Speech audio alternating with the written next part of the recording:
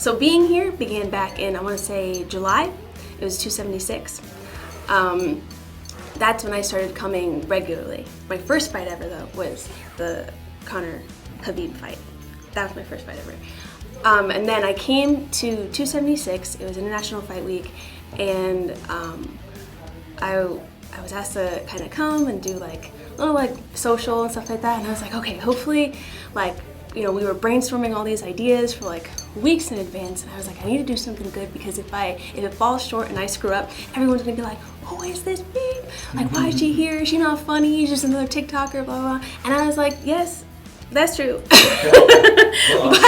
but I'm, you know, I love fighting. I love MMA. I love the UFC. I've been a huge fan for so many years. So it was a dream of mine to get the opportunity. So I'm standing on the red carpet, and the idea was like, I don't know if you've seen this trend, but it's like Brody on a napkin, right? So it's so stupid. It's so stupid. So I have all this ketchup. I'm eating fries on the red carpet. I look like an animal. I honestly look so disgusting. But I'm like, the worse I look, the more people are gonna be like, who is this? What is she doing? This is so ridiculous. So I have ketchup all over my fingers and my face, and someone's like, hey, DC's in the background. I turn around, and I'm supposed to be like interviewing him. And I'm like, bro, you got a napkin? And he's like, oh, and he turns around and he grabs this guy's shirt, he rips it off of him, and he hands it to me. And that video got like, it did really well, and I got to kind of keep making content, and then we were making our own content on the side, so we were vlogging and doing TikToks and stuff. They asked me if I wanted to like help and do the walkout. And I was like, yeah, hell yeah, I'll do the walkout. So I put like all this UFC attire on, and I was pretending to be an MMA fighter, and this was like my walkout song. So they played whatever song the fighters were walking out to that night, and it was just like the rehearsal.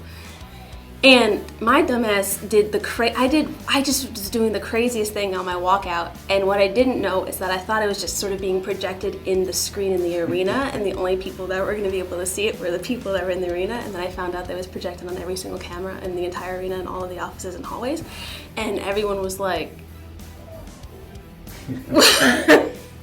I just like to get to know everybody, and fighters, and the fans that are watching, and the fighters that are watching, and I don't know.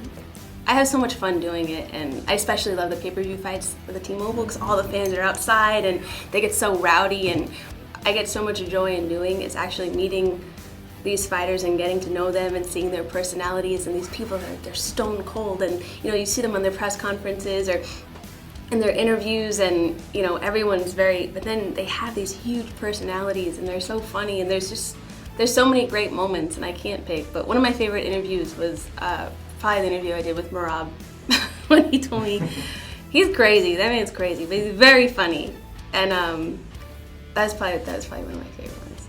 I want to see Hamza and Colby fight, and man, I don't know.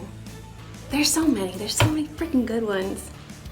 I love Rose Namajunas, so I want to see her come back and fight again too. I think she's one of the most beautiful fighters. She has such a style about her that's incredible. It's like dancing. It's beautiful.